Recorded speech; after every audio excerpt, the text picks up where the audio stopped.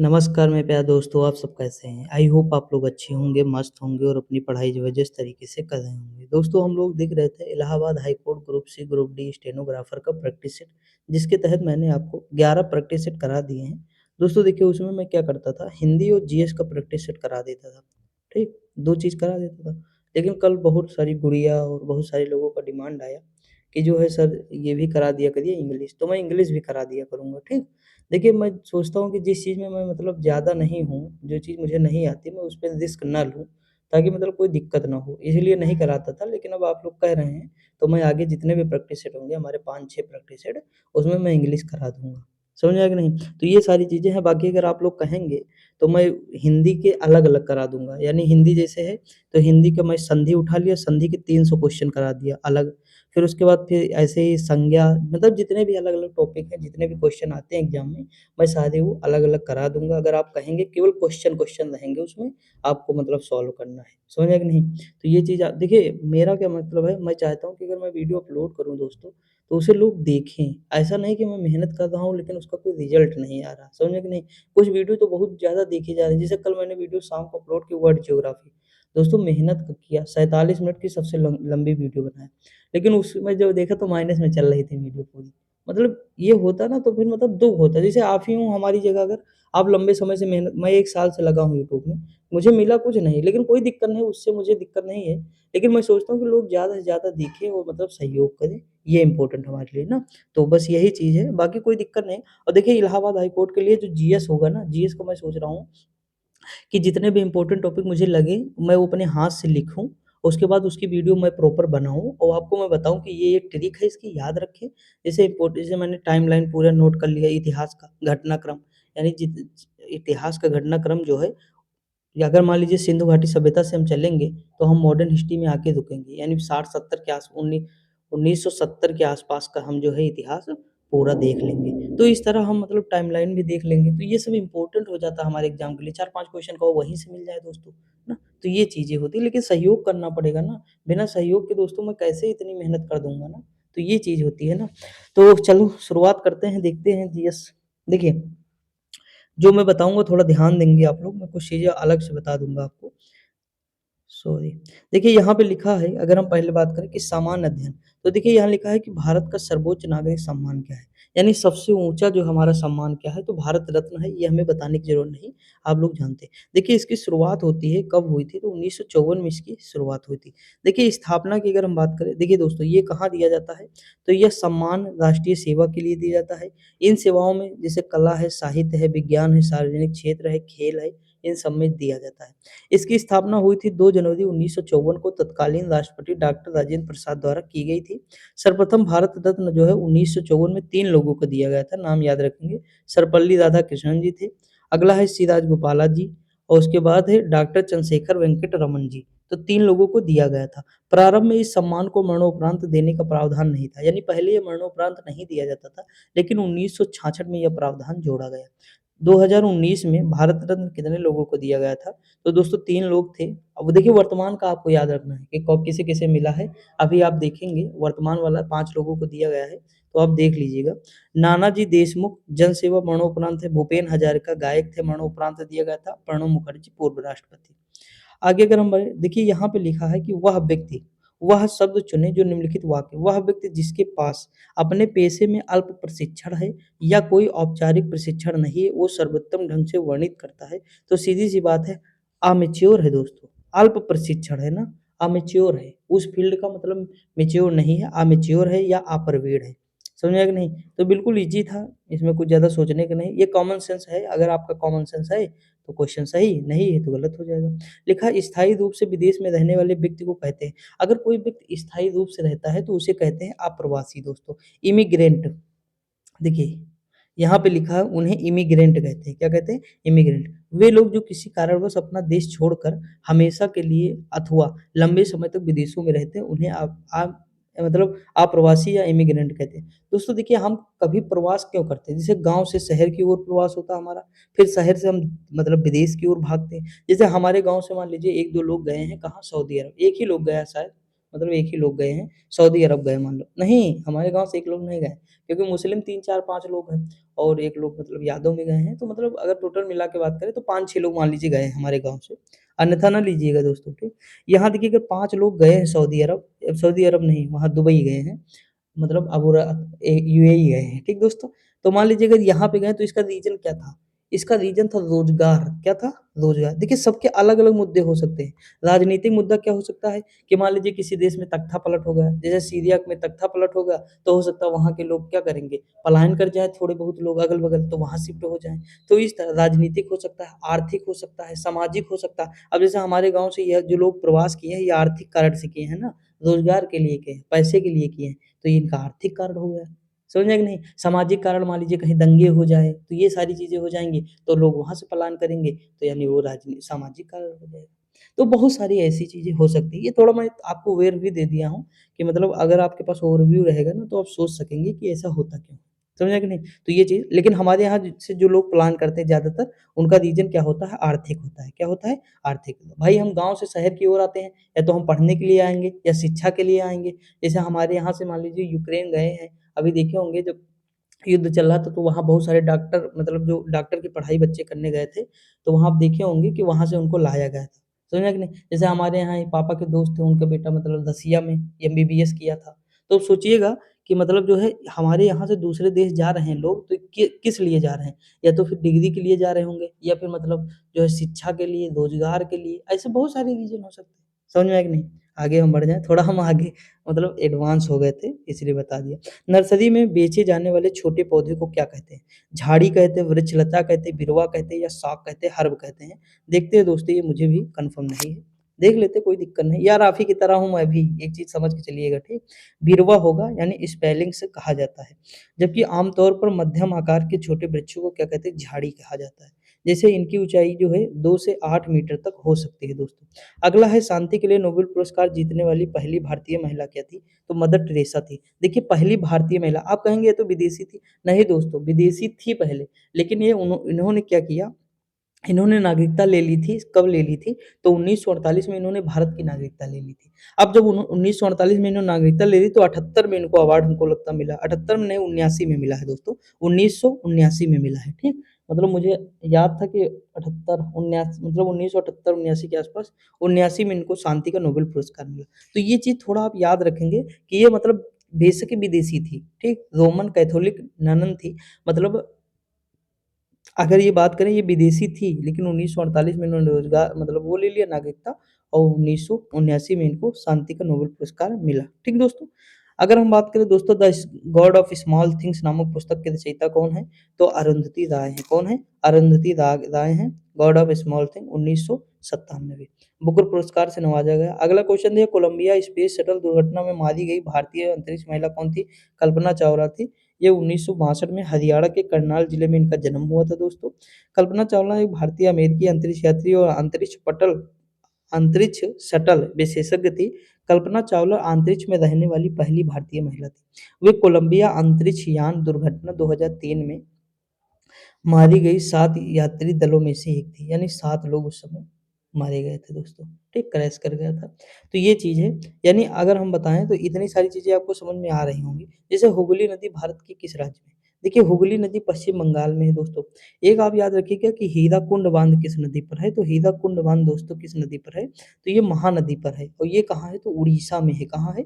उड़ीसा में है दोस्तों। कहाँ है? उड़ीसा में। मोस्ट इम्पोर्टेंट क्वेश्चन है, भारत का सबसे लंबा बाँध भी यही है, हीराकुंड बाँध, उड़ीसा नदी पे। मैंने आपको कई बार बताया कि महानदी पर है। देखिए महानदी यानी महान नदी महान है तो भई हीरा भी महान है। हीरा कहाँ मिलेगा? महान नदी में मिलेगा, यानी हीराकुंड बाँध महानदी। एक हुंडरू जलप्रपात मैंने आपको बताया ही था। हुंडरू यानी घुंघरू कहाँ मिलेगा? स्वर्णरेखा नदी, यानी स्वर्णरेखा नदी, ठीक? आप इंडियन ज्योग्राफी ज़रूर देखें, वर्ल्ड ज्योग्राफी करा रहा हूँ इतने बेहतरीन तरीके से दोस्तों, उसे भी देखिए। देखिए जीएस जो बुक मैं करा दिया हूँ ना जितनी, दोस्तों बहुत सफिशिएंट है। चाहे जीएस पॉइंटर जो जीएस संगम करा रहा हूँ इतनी बेहतरीन है, आराम से कर लीजिएगा आप। तो इस तरह बहुत सारी चीज़ें हैं, जब आप करेंगे तभी जान पाएँगे मेरा तरीका, मेरी चीज़ें ना, तो ये चीज़ है। देखिए मुर्शिदाबाद शहर जो है हुगली शहर तक गंगा के नाम से भागीरथी है, हुगली शहर के मुहाने तक गंगा नदी, देखिए इससे कोई मतलब नहीं दूर-दूर तक छोड़ो। हुगली नदी के तट पर कोलकाता है, हावड़ा है, ये याद रखिएगा, 2 शहर कोलकाता और हावड़ा, ठीक? अगला क्वेश्चन दिया भारत का सबसे बड़ा चाय उत्पादक राज्य है दोस्तों असम है, कौन-सा है? असम है। देखिए मध्यवर्ती देखिए यहाँ पे देखिए दोस्तों, वर्तमान में मध्य प्रदेश मसालों के लिए सर्वाधिक उत्पादन करता है। मैंने आपको शायद बताया था, इसी मतलब प्रैक्टिस में किसी न किसी प्रैक्टिस में बताया था कि आप सोच ना पाएँगे और आंसर यही होगा, एमपी। देख लीजिए यहाँ पे ये अपडेट कर दिए हैं। कॉफ़ी में कर्नाटका है दोस्तों। अगला क्वेश्चन है भारतीय सेना के 3 अंग हैं, थल सेना, जल सेना, वायु सेना। तो ऑप्शन नंबर क्या हो जाएगा? डी हो जाएगा। कभी ऑप्शन चूज़ जानते हो कि जैसे देखो सीमा समीक्षा ये ना होगा, ये ना होगा, ये ना अपने आप देखो एक ही आपको नज़र आ रहा है यहाँ सेना, सेना तो ये भी तो सेना ही है, तो ये हो जाएगा और ये तीनों का प्रमुख राष्ट्रपति हो जाएगा। अगला क्वेश्चन है महाभियोग की प्रक्रिया के द्वारा को उनके पद से हटाया जाता है, तो राष्ट्रपति के द्वारा हटाया जाएगा आर्टिकल 61 के द्वारा। ठीक दोस्तों, याद रखेंगे। और देखिए परंतु इस प्रस्ताव की सूचना 14 दिन पहले जो है राष्ट्रपति को देनी चाहिए। आगे बढ़ जाएँ। देखिए ये थ्योरी इतनी हमारे काम की नहीं है, वो एक्सप्लेन बहुत ज़्यादा कर दिए हैं। लेकिन हम फिर भी जो इम्पोर्टेंट है सारी चीज़ें बताते चल रहे हैं। लिखा संस्कृत भाषा में लिखी गई रचना जो गीत गोविंद है ना, वो जयदेव है। देखिए हम गोविंद किसकी जय, जय, जय गोविंद, तो जयदेव, गोविंद, रतिमंजरी इन्हीं की रचना है। ठीक दोस्तों? ये कहाँ के जयदेव? उड़ीसा यानी उत्कल राज्य के गजपति राजाओं के समकालीन थे। उनके कृत गीत गोविंद में राधा कृष्ण लीला की अनुपम साहित्य अभिव्यक्ति माना जाता है। गीत गोविंद में संस्कृत भाषा के मधुर गीतों का संकलन है। देखिए यहाँ पे देख लीजिए, लिखा है धब्बे चीता तेंदुए से संबंधित, तो धारियाँ किससे हैं? धारियाँ ज़ेब्रा से संबंधित है। कर्नाटका का कोलार जिला किसके लिए है? तो सोने के लिए है। KGF Kolar gold mine field, Kolar gold field यही है शायद केजीए की फुल फॉर्म। ठीक। अभ्रक जो है भारत का पहला स्थान है, मतलब अभ्रक उत्पादन में भारत का पहला स्थान है, कोयला में तीसरा स्थान है। 2014 में राष्ट्रमंडल खेल किस शहर में आयोजित हुए? ग्लासगो। बस इतना याद रखना, बहुत ज़्यादा डिटेल में नहीं जाना, क्योंकि करंट का था ना। किस ग्रह को लाल ग्रह कहते हैं? अभी कल ही क्लास में मैंने आपको पढ़ाया था, वर्ल्ड ज्योग्राफी देखे होंगे। किस ग्रह को लाल ग्रह कहते हैं? तो इसमें मंगल को कहते हैं, लाल ग्रह कहते हैं। ठीक। अगर हम बात करें तो पृथ्वी 5वें नंबर पे आती है, आकार की दृष्टि से पूछा गया था, मैंने कई बार उसमें डिस्कस करा है। सबसे बड़ा ग्रह पूछे तो बुध है दोस्तों, ठीक? सबसे छोटा शुक्र है, ये सारी चीज़ें। और देखिए बुध, मंगल और जो है बुध के बीच में कौन है? तो एस्टेरॉइड है, यानी क्षुद्र बेल्ट पाई जाती है, क्षुद्र ग्रह हैं दोस्तों। अब देखिए यहाँ पे, ये मान लीजिए सन हो जाएगा हमारा, तो यहाँ बुध, शुक्र, पृथ्वी, मंगल हो जाएगा। फिर इसके बीच में क्षुद्र ग्रह मिलेंगे, फिर बृहस्पति, शनि, आरूढ़, वरुण, ठीक? तो ये मैंने इसके बारे में कल बहुत ज़्यादा डिटेल किया था, तो ये चीज़ आप जान लीजिएगा। देखिए अगर हम बात करें अभिनव बिंद्रा इनमें से किस खेल से संबंधित? तो अभिनव बिंद्रा दोस्तों निशानेबाजी से संबंधित है, ठीक? आगे अगर हम बात करें दोस्तों, एक नदी प्रवाह के निचले भाग को कहा जाता है, तो नदी का जो निचला भाग ना रिवर बेड कहते हैं, नदी तल। तल मतलब क्या होता है? निचला ही होगा। तो नदी तल नदी प्रवाह के निचले भाग को नदी तल कहते हैं। नदियों के किनारे स्थित भूभाग को नदी तट कहते हैं। नदी भूमि, नदियाँ अपने अधिकतम बहाव के दौरान जो क्षेत्र धारण करती है उसे नदी भूमि कहते हैं। नदी के मुहाना, जहाँ नदी निकलती है उसे नदी का मुहाना कहते हैं। बहुत ईज़ी है, कुछ करना नहीं। लिखा है मानव नाखूनों में मौजूद प्रोटीन कौन-सा है? तो केरोटीन प्रोटीन है। कौन-सा? केराटिन। देखिए प्रोटीन शब्द सर्वप्रथम किसने दिया? जे बर्जीलियस ने दिया, इम्पोर्टेंट है। यह एक जटिल कार्बनिक यौगिक है जो 20 अमीनो अम्लों से मिलकर बने हैं। मानव शरीर का लगभग 15% भाग प्रोटीन से निर्मित है। नाखून में केराटिन नामक प्रोटीन पाई जाती है। अगला, हवा में जलीय अणुओं के साथ मिलकर सल्फर डाइऑक्साइड और नाइट्रोजन ऑक्साइड का निर्माण करते हैं, तो ये अम्ल वर्षा कराते हैं। क्या कहलाते हैं? अम्ल वर्षा दोस्तों कराते हैं। ठीक? हाँ, ठीक है। ये चीज़ हो जाएगा, ऑप्शन नंबर ए होना चाहिए। ठीक, अम्ल वर्षा कराते हैं, तो ये याद रखेंगे क्योंकि इम्पोर्टेंट है दोस्तों। लिखा अम्ल वर्षा के लिए उत्तरदायी कारक कौन-कौन से? जैसे नाइट्रोजन ऑक्साइड है, NO2 है, SO2 है, सल्फर डाइऑक्साइड मुख्य हैं। और उसके बाद देखिए बस इतना याद रखिएगा, और बस ये दोस्तों, ये कहानी नहीं याद रखना। महासागरों में टैंकर, नौकाओं, बजरा या पाइपलाइनों, रिफाइनरी, ड्रिलिंग रिंग्स और भंडारण सुविधाओं में तेल के आकस्मिक रिसाव को कहा जाता है। तो दोस्तों कहते हैं तेल अधिप्लावन। क्या कहलाते हैं? देखिए दोस्तों, जब तेल अगर मान लीजिए कहीं पे, अगर मान लीजिए समुद्र में, आप सुने होंगे रियूनियन द्वीप था, वहाँ पे एक टैंक एक बार मतलब पलट गया था, जापान का था, रिसाव हो गया था। अगर सोचिएगा कि समुद्र के ऊपर तेल अगर हो जाएगा सतह में, तो जो नीचे के जानवर हैं ना, उनके लिए दिक्कत हो जाएगी। क्यों? क्योंकि सूर्य का प्रकाश फिर नीचे नहीं जाएगा, वो तेल पर रिफ्लेक्ट होकर वापस हो जाएगा, और जब सूर्य का प्रकाश नीचे नहीं जाएगा, तो रोशनी से वहाँ के जो जीव होंगे, जिनको प्रकाश चाहिए, जो खाना बनाते हैं, यानी अपना जो भोजन तैयार करते हैं दोस्तों, और अगर हम बात करें प्लैंकटन तो इनके लिए नुकसान हो जाएगा ना। तो ये सारी चीज़ें हैं, थोड़ा यहाँ आ गया ना ये टैंकर-वैंकर तो मेरे माइंड में आ गया तो मैं अचानक से बता दिया आपको।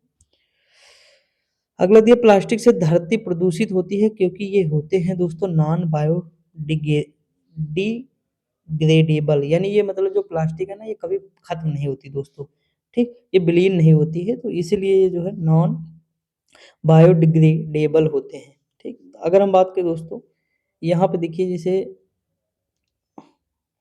कौन-कौन से हैं, यहाँ देखिए ये केवल एक ही दिया है एग्ज़ाम्पल इसमें, प्लास्टिक अधिकांश अकार्बनिक अपशिष्ट गैर बायोडिग्रेडेबल होते हैं।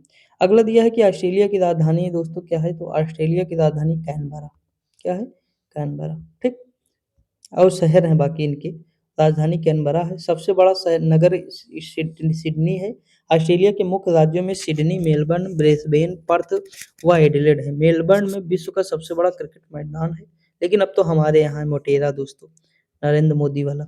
अगला है तेलंगाना राज्य में स्थित नागार्जुन सागर बांध। मैंने कहा था नागार्जुन, यानी कृष्ण जी कहते हैं कि चलो हम भैया मिलके आते हैं, यानी कृष्णा नदी। देखिए अर्जुन और कृष्ण जी का बढ़िया संबंध था ना, तो नागार्जुन यानी अर्जुन और कृष्ण तो तेलंगाना में है दोस्तों, मोस्ट इंपॉर्टेंट है। और यह कृष्णा नदी पर स्थित है। इस बांध में निर्मित नागार्जुन सागर झील दुनिया की तीसरी सबसे बड़ी मानव निर्मित झील है। आगे हम बात करें, लोगों का मानना है कि रात के समय पेड़ों के नीचे सोना सुरक्षित नहीं है। इस कथन के पीछे वैज्ञानिक कारण यह है कि कार्बन डाइऑक्साइड पेड़ रात में छोड़ते हैं दोस्तों। ऑप्शन नंबर बी हो जाएगा। ये चीज़ तो आप सुने ही होंगे। अब इंग्लिश में चलो हम बता दे रहे हैं थोड़ा-सा। देखिए, पहला क्वेश्चन लिखा है she play the piano, she is very good piano player. देखिए दोस्तों मतलब इसमें क्या होगा? कुड होगा, विल होगा, शैल होगा, कैन होगा। तो यहाँ कैन हो जाएगा, ऑक्सिलरी वर्ब है, ठीक? क्योंकि यहाँ पे प्ले लिखा है ना दोस्तों, और ये कैन हो जाएगा क्योंकि कैन का वर्तमान काल में योग्यता अथवा क्षमता के लिए किया जाता है। वह पियानो बजा सकती है। She can play the piano, वह पियानो बजा सकती है। She is a very good piano player, वह एक बहुत अच्छी मतलब पियानो प्लेयर है, ठीक? तो इसमें कैन हो जाएगा, ऑप्शन नंबर डी हो जाएगा। अगला देखते हैं। देखिए अगला क्वेश्चन है Julie like to visit Kyoto when, देखिए सी इज, फिर यहाँ पे हो जाएगा तो क्या हो जाएगा? वुड हो जाएगा, यहाँ पे क्या हो जाएगा? वुड। केन दिया नहीं है तो वुड, यहाँ देखिए दिए गए वाक्य में रिक्त स्थान पे वर्ब वुड का प्रयोग शुद्ध है। मॉडल ऑक्सिलरी वर्ब वुड का प्रयोग भविष्य में साधारण इच्छा के लिए किया जाता है। जूली क्योटो का भ्रमण करना पसंद करेगी जब वह जापान में होगी, ठीक? तो Jully would like to visit Kyoto when she is in Japan. You take boarding pass when you go on a airplane. देखिए you must take board plane, ठीक? यहाँ पे लिखा है कि अनिवार्यता प्रकट करने के लिए मस्ट का प्रयोग किया जाता है। जब आप हवाई जहाज से यात्रा पर जाते हैं तो आपको बोर्डिंग पास अवश्य ही अपने पास रखना चाहिए। ये अवश्य ही के लिए मस्ट आया है, ठीक? You must take boarding pass when you go on an aeroplane, समझे कि नहीं? तो ये चीज़ है। अगला क्वेश्चन है choose the antonym of the absurd. Absurd ये क्या हो जाएगा? सेंसिबल। एब्सर्ड मतलब क्या हो जाएगा? सेंसिबल। निरर्थक या मतलब बेतुका। तो सेंसिबल मतलब क्या होता है? तर्कसंगत या तर्कपूर्ण हो जाएगा। बैटी बैटी मतलब पागल या सनकी हो जाएगा। सर्टेन मतलब निश्चित हो जाएगा। इंसेन मतलब विक्षिप्त। ये सब जो है शुद्ध विलोम नहीं है इनके। Which two word are antonym, देखिए दो जो वर्ड है वो कौन से एंटोनिम है? यानी टॉक, स्पीड, ओशन, सी एक ही है। जेंटल, फायर्स, प्रिटेंड मतलब जो है इमेजिन। देखिए प्रिटेंड मतलब जो है बहाना बनाना, प्रिटेंड हो जाएगा। इमेजिन मतलब मान लेना, ठीक? ये अलग हो जाएगा, कल्पना करना है, मान लेना। ओशन ये जानते ही होंगे, ये भी जानते हो। ये दोस्तों हो सकता है ऑप्शन नंबर डी ही है, क्योंकि इसमें दोस्तों क्या है थोड़ा मतलब अगर आप हल्का सा तो जानते ही होंगे ना चीज़ें, तो ये तो ऐसे हटा देंगे दोनों को। अब इसमें आपको कन्फ्यूजन होगी, लेकिन हमें पता है प्रिटेंड मतलब झूठ बोलना या बहाना बनाना, और ये हो जाएगा इमेजिन। तो यानी ये विपरीत नहीं हो जाएगा। तो जेंटल और फायर्स, जेंटल मतलब होता है बीमर मतलब विनम्र, और फायर्स देखिए इसका मतलब हो जाएगा उग्र या तीव्र। अगला दिया हुआ है कि unhappy and unusual, the un means most, not, very, less. यहाँ हो जाएगा अन इंग्लिश लगा के मतलब सफिक्स लगा के बनाना है, तो अनलेस हो जाएगा। क्या हो जाएगा? अनलेस। ऑप्शन नंबर नहीं, क्या लिखा? अन मीन्स अनयूजुअल, अनहैप्पी। कह रहा अन इंग्लिश लैंग्वेज में परफिक्स यानी उपसर्ग जो शब्द के पहले लगाया जाता है नकारात्मक भाव व्यक्त करता है, नॉट नहीं, शुद्ध है। हाँ, ठीक है दोस्तों। अरे यार! देखिए इसमें क्या कहना चाह रहा था दोस्तों, जैसे हम किसी चीज़ में अन लगा देते हैं, ठीक? तो अन का मतलब नहीं हो जाता है ना? अन का मतलब नहीं हो जाता है इंग्लिश में दोस्तों। तो वही पूछा है कि इसका मतलब क्या होता है, तो नॉट ही तो होगा, ठीक? ये हो जाएगा, ऑप्शन नंबर सी हो जाएगा। अगला क्वेश्चन दिया हुआ है कि स्कैर्ड, स्कैर्ड का क्या हो जाएगा? स्कैर्ड मतलब सिनोनिम पूछा है ना, तो डरना होता है स्कैर्ड, तो अफ्रेड हो जाएगा। बाकी हैप्पी, प्रसन्न, सैड, दुःख, एंग्री, नाराज़ ये थोड़ा है। व्हिच ऑफ दिस डिलीशियस पूछा है। देखिए इसे मतलब कह रहा है कि कहाँ इसे हम करेंगे। यहाँ माई मॉम मेक्स फूड, देखिए फूड में लगाएँगे ना डिलीशियस स्वादिष्ट भोजन। मेरी मॉम जो है स्वादिष्ट भोजन बनाती हैं। समझ आया कि नहीं? मेरी माँ, तो बाकी सब में तो लगेगा नहीं, तो काम खत्म हो जाएगा। अगला दिया है the student misbehave in class, what does the word misbehaved mean? तो इसमें क्या बताना है? इसमें इधर बताना होगा दोस्तों, लिखा the student misbehaved in class, ठीक है? What do you word misbehave mean? देखिए मिसबिहेव की जगह पे यहाँ क्या है, मतलब हमें ये लगाना है ना, तो जब ये लगाना है तो बिहेव बैडली हो जाएगा, सीधी सी बात है। बिहेव वेल, बिहेव अच्छा तो होगा नहीं उसका, नहीं तो मिसबिहेव की जगह लगाना है ना, तो बिहेव क्या होगा, बिहेव्ड जो है बैडली होगा ना, ऑप्शन नंबर सी। ये थोड़ा सही से आप समझेंगे तब जान पाएंगे। बाकी ये दोस्तों जो है हमारा क्या है, पैसेज है। पैसेज पढ़ लीजिएगा, मैं आपको लगा दे रहा हूँ, ठीक है? The moon travel around the earth and appear to change is, देखिए ये अभी आरडब्ल्यू का जो मॉक दिए होंगे तो उसमें शायद रहा होगा, यही वाला रहा होगा टेस्ट अगर आप दिए होंगे, तो ये सेफ हो जाएगा इसका आंसर, ठीक। अगला है कि when can we say that is moon, तो ये हो जाएगा, ये हो जाएगा when there are two full moons in one month, सही है। अगला दिया we can it a new moon when, कब दिखाई देता है दोस्तों, we can not see a moon, option number ये हो जाएगा। अगला दिया है कि सेब पूछा है तो इसमें सी हो जाएगा, अर्धचंद्राकार, यही पैसेज जो है उसमें दिया था आरडब्ल्यूए में, अगर आप देखेंगे ग्रुप सी का जो वो दिए होंगे टेस्ट, तो उसमें ये पैसेज था, ठीक। अगला दिया है what let the people to use the idioms one in a blue moon, ठीक, वंस अ ब्लू मून, तो ये क्या हो जाएगा, the fact that sing blue moon very rare event है, यानी बहुत रेयर है दोस्तों, हमेशा नहीं दिखाई देता है, ठीक। अगला क्वेश्चन दिया है the birds chirping at the dawn wake me up, तो ये क्या हो जाएगा, चॉर्पिंग, इसमें क्या करा, रॉन्ग, गलत है, चॉर्पिंग हो जाएगा, क्यों, क्योंकि ये चीयरपिंग होगा, क्या होगा, चीयरपिंग होगा, चहचहाने की आवाज। अगला है the mount Everest is the tallest mountain when measure from mean sea level, तो इसमें क्या हो जाएगा, प्रॉपर नाउन है ना, तो द माउंटेन हमेशा कैपिटल में होगा, क्या होगा, कैपिटल में, यहाँ देखिए कैपिटल में नहीं है, द माउंटेन होगा कैपिटल में।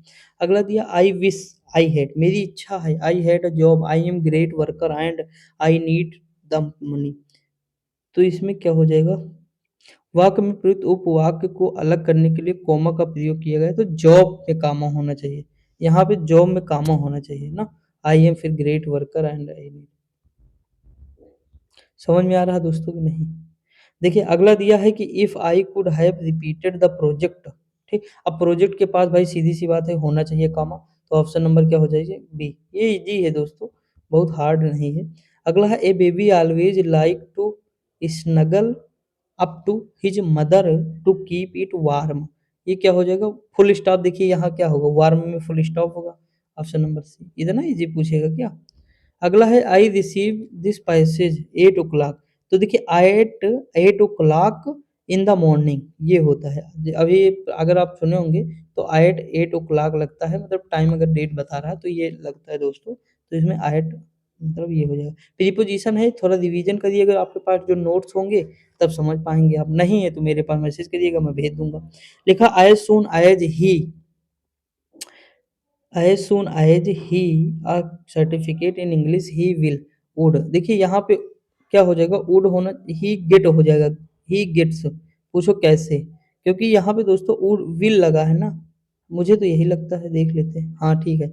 अब दोस्तों देखिए मैं बताऊँ आपको, ये देखिए अगर प्रेजेंट टेंस में है ना तो यहाँ विल होगा, फ्यूचर में फिर ये बनेगा पीछे का, समझे कि नहीं, ये मतलब नियम है, थोड़ा याद रखेंगे तो सही है, मुझे अचानक से याद आ गया इसीलिए मैं बता पाया आपको, तो ये गेट हो जाएगा।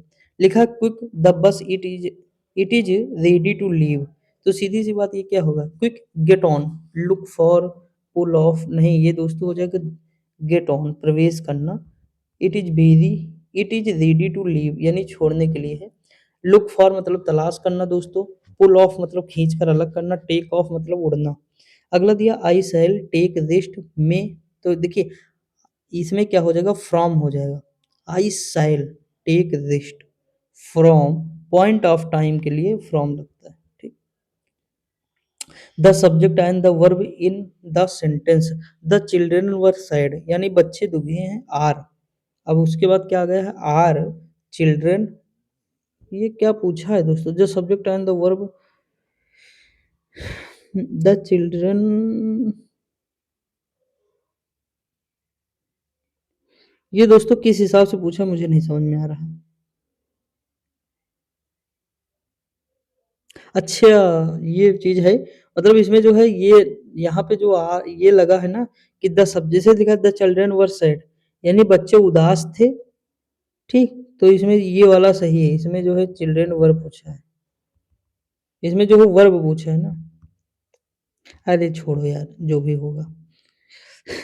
पता ना कभी कभी मतलब क्या पूछ लेता पता ही नहीं चलता। यहाँ देखिए शुरू से अगर सब्जेक्ट शुरू होगा ना कभी, तो ये जो है दोस्तों जीरंड से शुरू हो जाएगा यानी लुकिंग हो जाएगा पार्टिसिपल, यानी लुकिंग ये शुद्ध हो जाएगा। लुकिंग डाउन फ्रॉम, तो लुकिंग से होगा स्टार्ट ना। देखिए, आपको सब ताम-झाम लगाना होगा तब जाके एग्ज़ाम निकल जाएगा। और दोस्तों बहुत सारा मतलब देखिए, हर इंसान की हर चीज़ मजबूत नहीं होती। याद रखिएगा, अगर 4 सब्जेक्ट हैं दोस्तों तो किसी की 3 मजबूत होगी, 1 कमज़ोर ज़रूर होगी। तो हमेशा याद रखिए जो जिस पे आपकी ज़्यादा पकड़ है, जैसे मैंने आपको बताया ना इस एग्ज़ाम में क्या है, चाहे ये एग्ज़ाम हो या यूपी ट्रिपल एससी का कोई एग्ज़ाम हो, हिंदी जिसमें पूछे उसमें आप कोशिश करिए कि 25 में कम से कम 24 या 25 में 25 नंबर लाने की कोशिश करिए। मतलब इतना रगड़ के पढ़िएगा हिंदी, क्योंकि वह हिंदी वही आएगी, उससे बाहर जाएगी नहीं, ठीक? कहीं से पूछ नहीं सकती, इतना हो जाएगा। उसके बाद देखिए मैथ्स दोस्तों, मैथ एक फिक्स है ना कि यहीं से आएगा क्वेश्चन, उससे बाहर जाएगा नहीं।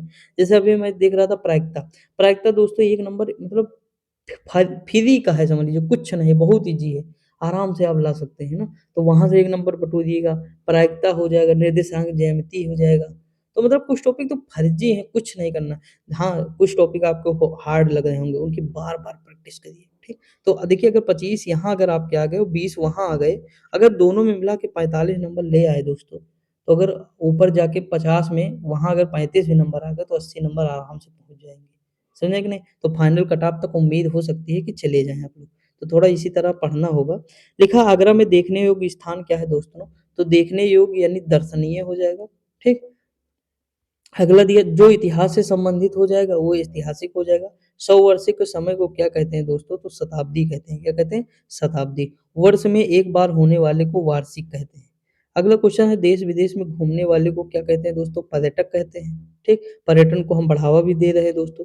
देश-विदेश में घूमने वाले को यात्री को क्या कहते हैं? पर्यटन कहते हैं। एक चीज़ मैं क्वेश्चन आपसे पूछ लूँ, आप बता सकते हैं?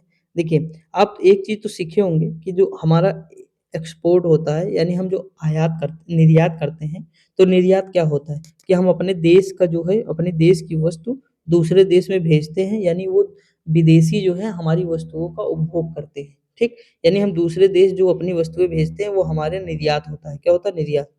एक ही आपको पक्ष पता है दोस्तों, दूसरा पक्ष जानते हो? अगर विदेश से कोई इंसान आता है हमारे देश, देखिए हम यहाँ से भेज रहे हैं पहले विदेश, तो ये निर्यात हो जाएगा। अगर हमारे देश आता है कोई, ठीक? और आके अगर यहीं पे हमारी वस्तुओं का उपभोग करता है, जैसे पर्यटन, पर्यटन में अभी महाकुंभ लगने वाला प्रयागराज में दोस्तों, बहुत बम्पर तैयारी चल रही है, मज़ा आ रहा है, मैं भी जाऊँगा।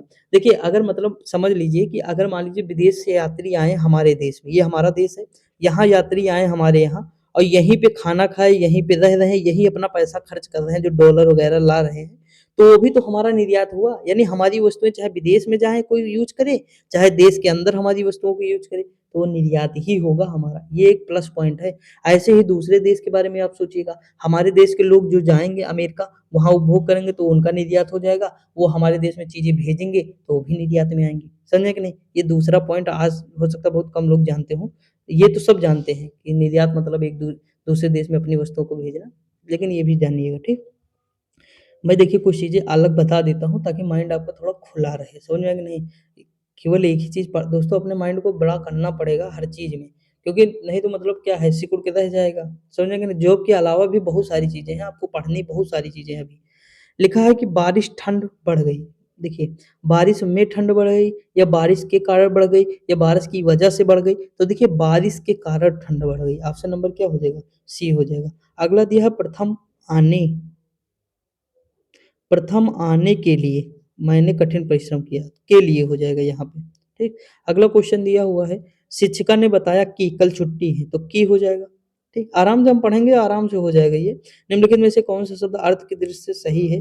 मैं रात भर जागा, मैं रात भर जागा, हम रात भर नहीं दोस्तों, हमने रात भर नहीं, मैंने रात भर नहीं, मैं रात भर। भाई अकेले हूँ ना, तो मैं ही तो लगाऊंगा। निम्नलिखित वाक्यों में से क्रिया संबंधित शुद्ध वाक्य, वह सोते सोते जाग पड़ा। वाह भैया वाह, वह सोते-सोते जाग पड़ा, बिल्कुल सही बात। वह सोता-सोता जाग पड़ा, वह सोते-सोते जाग पड़ा, वह सो-सो कर जाग ये सब गलत है। ऑप्शन नंबर केवल एक सही। अब देखिए यहाँ पे लिखा क्षेत्रफल के दृष्टि से केवल 6 देश भारत से बड़े हैं, यानी भारत का स्थान 7वां है। जीएस में पूछ सकता है, याद रखेंगे आप, ठीक। चीन की सब आबादी सबसे अधिक थी, लेकिन वर्तमान में अपनी भारत की हो गई। इसके कारण इसके बाद सबसे बड़ी जनसंख्या वाला देश भारत हो गया, यानी वर्तमान में चाइना बदल दूसरे नंबर पे आ गया।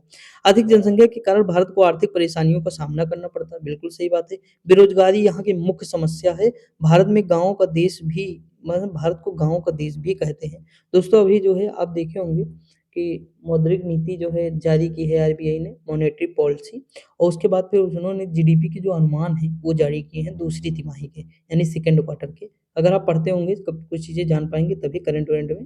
दोस्तों उसमें जानते हो क्या है?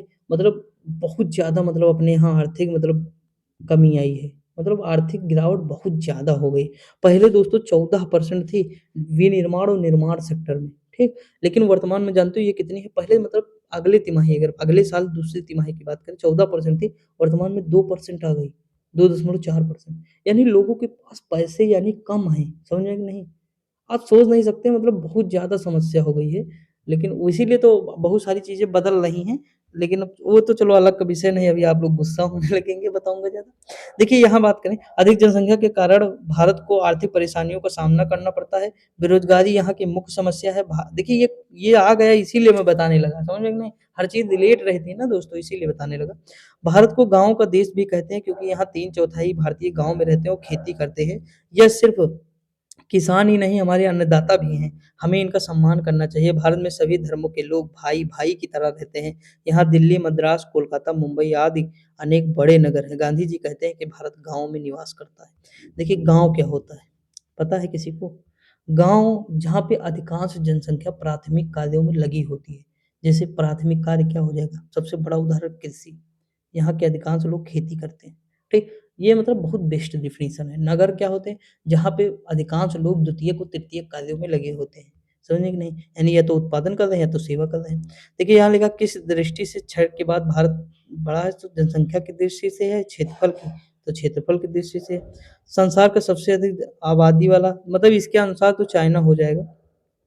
भारत की कितनी जनसंख्या गाँव में रहती है? तो 1/3, मतलब बात करें तो 3/3, 3/4, 3/4 और 1/4 कहाँ रहती है? शहरों में रहती है।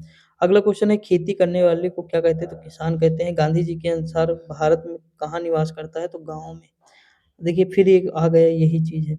गुरु द्रोणाचार्य ने एक दिन अपने शिष्यों की परीक्षा लेने के लिए निश्चय किया। सभी शिष्यों को बुलाकर पेड़ पर बैठी चिड़िया की आँख को भेदने का निशाना लगाने को कहा। ये सब लोग जानते होंगे, तो हम डायरेक्ट क्वेश्चन पे चलते हैं।